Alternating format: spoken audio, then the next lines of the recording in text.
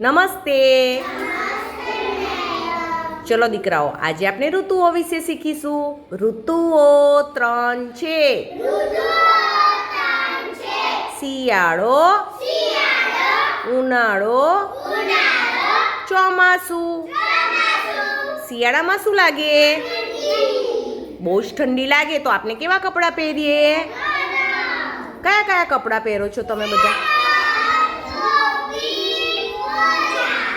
અને રાત્રે શું લગાવો છો? ધૂની લગાવીને તાપનું કરવાનું. ચલો, ઉનાળામાં શું લાગે? ગરમી લાગે ત્યારે આપણે શું ચાલુ કરીને બેસીએ?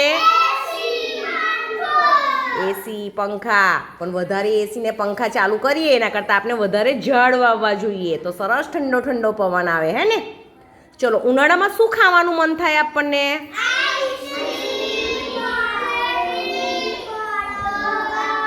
ઉનાળામાં તો ભાઈ ફળફળાદી પણ સરસ મળે. દ્રાક્ષ, તરબૂચ, કેરી બધા ફળ ખાવા જોઈએ, શક્કરટેટી ને બધું, હા ને?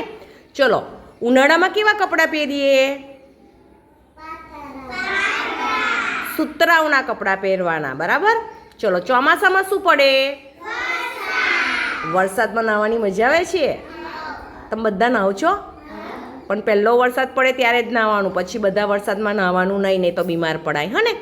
ચલો, વરસાદથી બચવા માટે શેનો ઉપયોગ કરીએ આપણે? છત્રી. પછી બીજું? રેનકોટ. ચલો, વરસાદ પડે ત્યારે શું ખાવાનું મન થાય? ગરમ ગરમ ભજીયા. અરે વાહ!